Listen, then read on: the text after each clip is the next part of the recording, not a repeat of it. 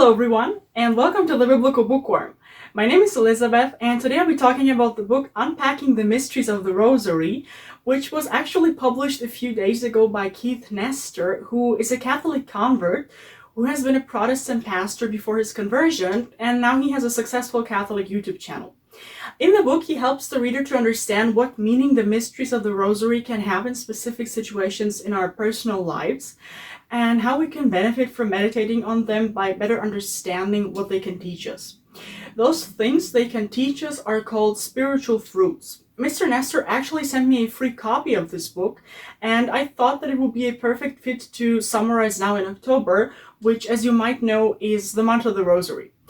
Now, I will summarize some takeaways from the book, but I will have to leave out some mysteries because otherwise this video is going to be like 30 minutes long.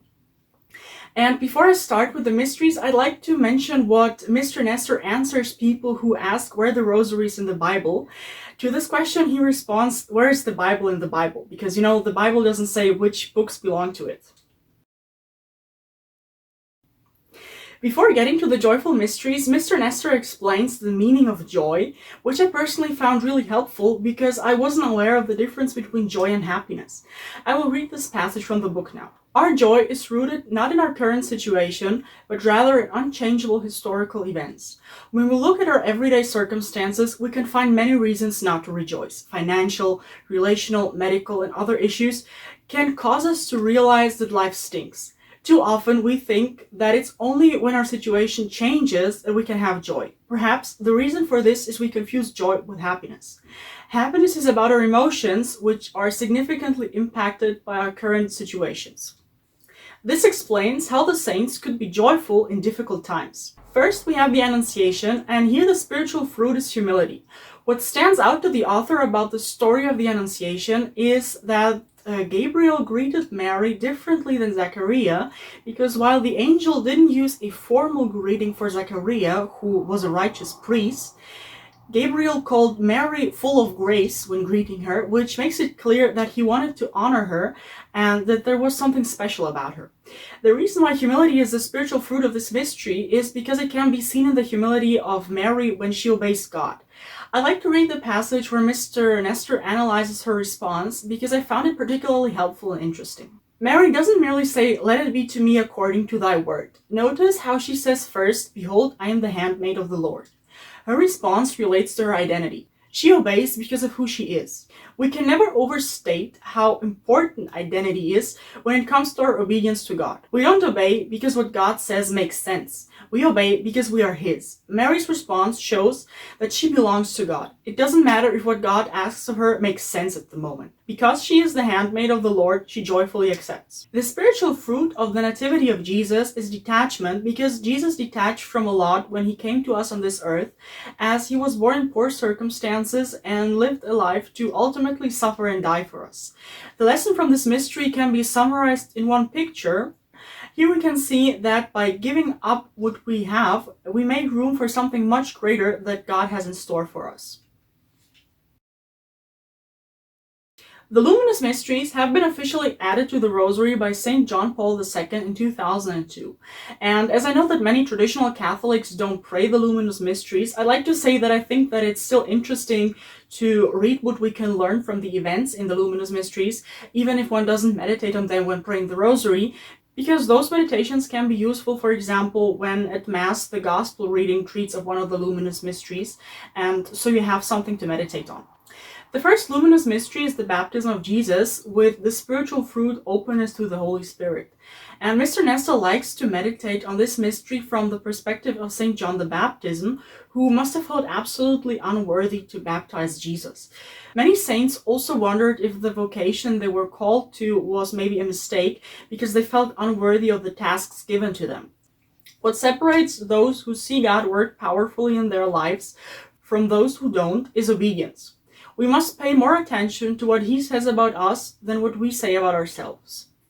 The message of the wedding of Cana is to go to Jesus through Mary. This mystery illustrates how Mary intercedes for us. At the wedding of Cana, she cared for the problem that they ran out of wine, and she didn't try to fix it herself, but she went to Jesus with it. Mr. Nestor also explains how the fact that Jesus called his mother woman is not disrespectful, but on the contrary, a way to honor her. So after Mary told Jesus about the problem with the wine, he responded, "O woman, what have you to do with me? My hour has not yet come." And Mary is also called woman in Genesis 3:15. "I will put enmity between you and the woman, and between your offspring and hers. He will strike your head, and you will strike his heel." And at the crucifixion, "Woman, behold your son." These passages show that calling Mary woman has deep meaning for Jesus.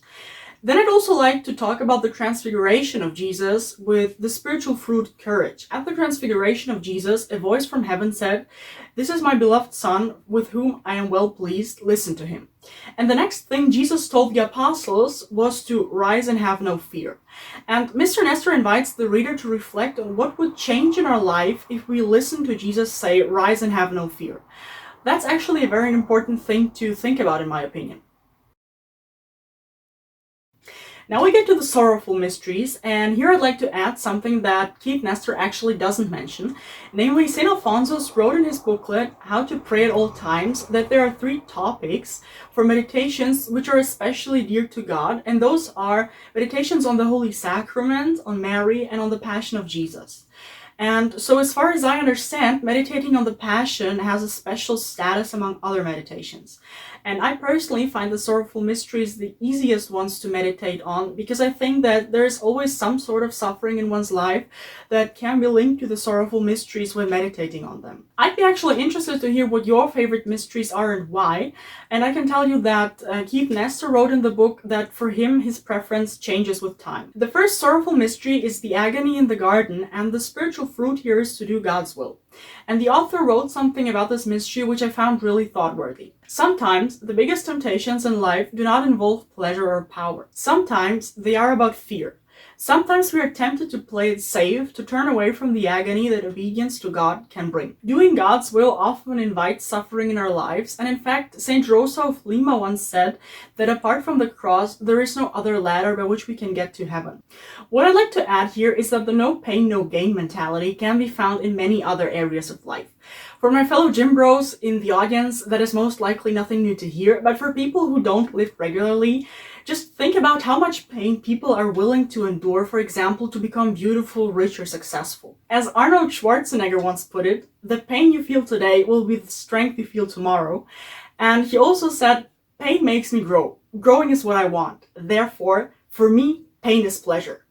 So you see, I think that we can't choose between suffering and no suffering. We can only choose what we want to suffer for. The spiritual fruit of the carrying of the cross is the patient bearing of trials. Jesus said that if any man would come after me, let him deny himself and take up his cross and follow me. For whoever would save his life will lose it, and whoever loses his life for my sake will find it. What was new for me in this chapter was that not every suffering is a cross. Keith Nestor explains that our trials become crosses depending on what we do with them. Offering them up makes them a cross and makes them meritorious for us. The author also reminds us that we are not called to endure the trials of life alone, as even Jesus needed to help carrying his cross on the way to Calvary. Mr. Nestor compares the glorious mysteries with riding a bike. When riding a bike, you have to look at what's in front of you so that you can plan accordingly how to navigate. That's the same with meditating on the glorious mysteries, as we have to look at the goal, which is heaven, so that we can get there, or as the author puts it, where your eyes look, our souls will follow. I will only summarize the mystery of the resurrection of Jesus, which has faith attributed to it as a spiritual fruit. The author writes that the only good reason to be a Christian is if Christianity is true. Otherwise, there is no reason to be a Christian. The Apostle Paul writes in 1 Corinthians 15:14, "If Christ has not been raised, then our preaching is in vain and our faith is in vain." And the resurrection of Jesus, if true, is a very strong argument for Christianity. I actually summarized the apologetic book, The Case for Christ, which talks exclusively about why we can be confident that Jesus actually rose from the dead. Now let's get to my opinion on the book. I would give the book an 8 out of 10, and I will tell you what I liked and what I didn't like about the book. The fact that the author was a Protestant for a long time really adds that certain something to this book, in my opinion, because I believe that praying for Mary's intercession is one of the greatest stumbling blocks for Protestants who want to convert to Catholicism, and here a former Protestant wrote an entire book on the Rosary. I also really liked when he wrote about how writing sermons as a pastor on specific events in the Bible actually made him realize that there was something special about Mary. I really like to read about that thought process. The reason why my rating isn't higher is because the spiritual fruits of the Rosary were nothing new to me, as there are also other sources that explain them. But as a whole, if you haven't read a book about the Rosary yet, or if the information in this video was new to you, I can definitely recommend this book. That's been it for today. I hope you liked the video. See you next week. God bless and bye!